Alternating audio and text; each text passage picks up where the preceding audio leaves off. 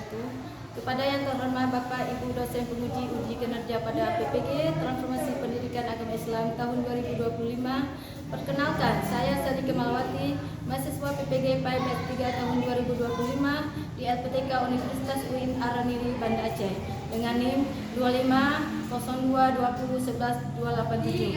Pada hari ini Jumat tanggal 10 Oktober tahun 2025, saya akan melaksanakan uji kinerja di SD Negeri 1 Lambu kelas 4A dengan materi indahnya saling menghargai dalam keragaman.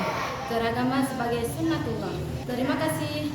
Selamat menyaksikan. Assalamualaikum warahmatullahi wabarakatuh. Assalamualaikum warahmatullahi wabarakatuh. Waalaikumsalam warahmatullahi wabarakatuh. Apa kabar semuanya? Baik. Alhamdulillah. Luar biasa. Allahu Akbar. Dulu kita belajar, kita baca doa dulu.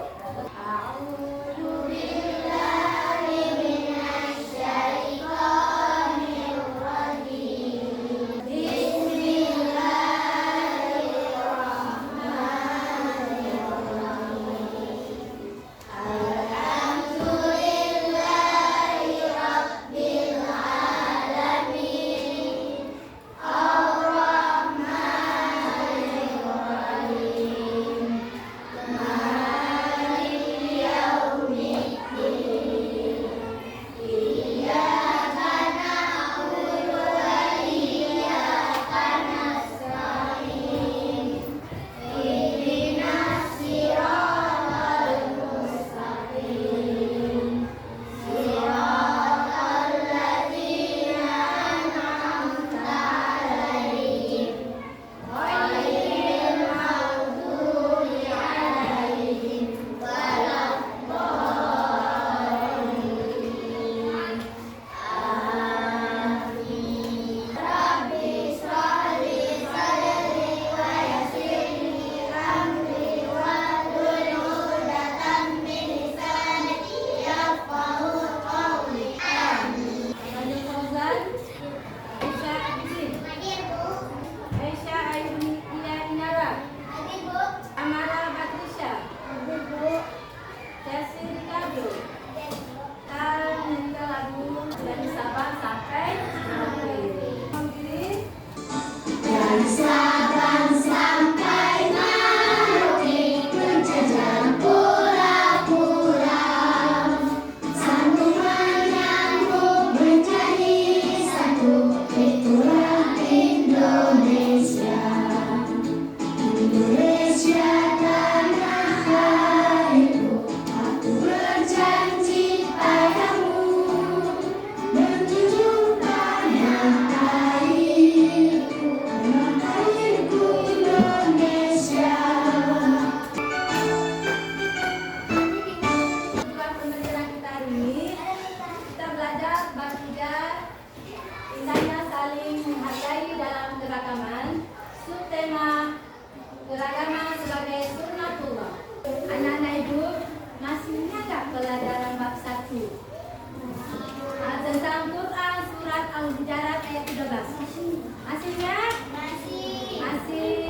Dalam Quran surah Al-Hujurat ayat 13 yang bunyinya Bismillahirrahmanirrahim. Ya ayyuhan nas, inna khalaqnakum min dzakarin wa untha wa ja'alnakum syu'uban lita'arafu. Apa yang sini artinya?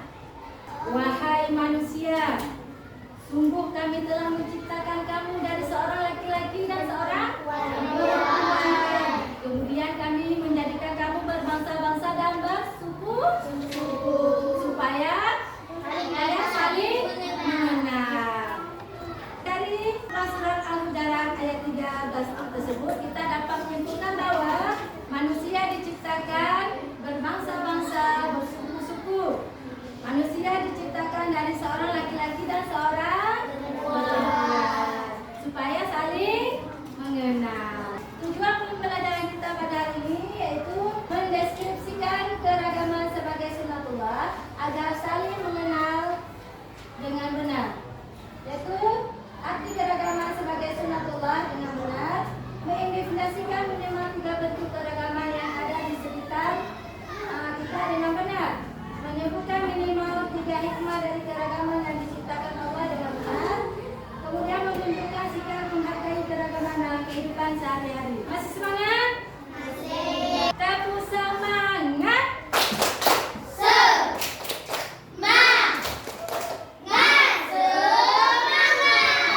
Ibu mau kita lihat video. Di hari ini bersama kita akan belajar di bab 3, yaitu tentang indahnya saling menghargai dan menghormati dalam keragaman. Subtema keragaman sebagai sunatullah. Mari kita perhatikan gambar berikut. Itu adalah gambar tentang kegiatan bakti sosial untuk mewujudkan hidup damai dalam keberagaman. Indonesia adalah negara yang sangat kaya dan macam penduduk Indonesia terdiri dari berbagai macam suku bangsa, agama, bahasa, budaya, dan adat.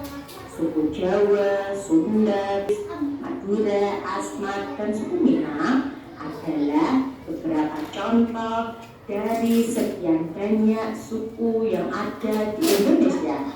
Agama yang dianut oleh penduduk Indonesia beragam. Ada Islam, Kristen, Katolik, Hindu, Buddha, dan Konghucu. Allah Subhanahu wa Ta'ala menjadikan manusia beraneka ragam dengan tujuan agar saling mengenal sehingga menghasilkan hubungan harmonis, kerjasama, serta saling mendukung. Seperti yang tercantum dalam Quran Surah Al-Hujurat ayat 13 yang salah satu isi pokok kandungannya yaitu manusia dijadikan berbangsa-bangsa dan bersuku-suku agar saling mengenal. Prinsip saling mengenal dijadikan dasar hubungan antar lingkungan sosial. Dengan saling mengenal akan timbul saling pengertian. Hal ini ditujukan agar terciptanya kemaslahatan, hidup damai, adil, dan sejahtera. Perbedaan pasti ada dalam masyarakat, namun hal ini tidak harus menjadi dasar pertentangan. Sebaliknya, perbedaan itu harus mengantarkan kepada kerjasama yang dapat menguntungkan semua pihak. Seseorang yang bertakwa akan menghargai adanya keberagaman dan menjadikan keberagaman tersebut sebagai sarana meningkatkan ibadah kepada Allah Subhanahu wa Ta'ala dan bukan menjadikan keberagaman sebagai alat pemecah persatuan bangsa. Islam mengajarkan umat muslim untuk saling menghormati antar sesama seperti yang tercantum dalam Quran Surah Al-Kafirun ayat 6. Disebutkan bahwa bagimu agamamu dan bagiku agamaku. Ayat ini menunjukkan bahwa tidak ada persamaan antara agama yang satu dengan agama yang lain. Meski demikian, seorang muslim harus tetap bermasyarakat dengan baik, sikap saling menghormati, berkasih sayang, keadilan, kebebasan, toleransi, dan kerjasama tetap harus terjalin meski berbeda agama.